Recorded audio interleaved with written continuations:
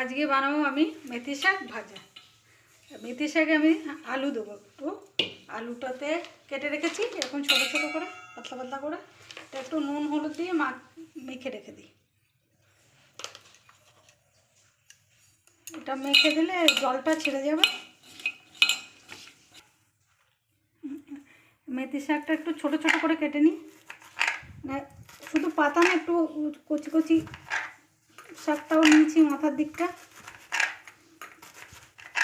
এই নুন হলুদ দিয়ে আলুটা রেখেছিলাম, সেটা জলটা এরকম করে করে করে দিয়ে এটাকে ভাজবো। দেখুন কত জল বেরিয়ে গেছে আলুতে।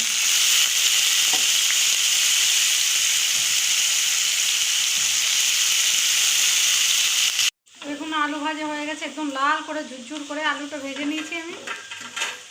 দিয়ে এবার উঠিয়ে নিলাম আলুটা। হ্যাঁ, তেল গরম হয়েছে, শাকটা দিলাম।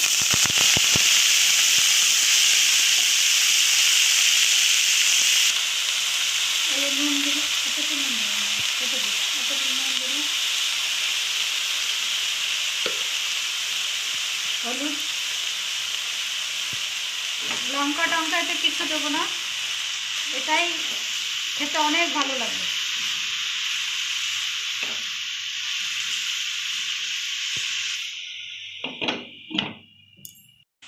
দেখুন শাকে জলটা ছেড়েছে, দেখুন এই জলটা শুকিয়ে ভাজা করব। এতে কিচ্ছু দেওয়ার দরকার নেই, একটু নুন হলুদ একটু আলু দিলেই সুন্দর একটা খাবার। আর শাকের জল শুকিয়ে গেছে, আর ওই ভাজা আলুটা আমি দেবো। ভাজা আলুটা দিয়ে এটাকে ভালো করে ঝুরঝুর করে ভাজবো, খুব ভালো ভাজা হবে। যারা একটু ঘি দেবেন ঘি দিয়ে দেবেন, আমি দেবো না, আমাদের বাড়িতে বয়স্ক লোক আছে, আমি সেটাকে খেয়াল রাখি, সেইভাবে খাবার বানাই কম মশলা তেল দিয়ে। আমার মনে হয় সবাইকে বাড়িতে যাদের বয়স্ক লোক আছে তাদের খেয়াল রাখা উচিত। যত তেল মশলা কম খাবেন ততই ভালো থাকবেন।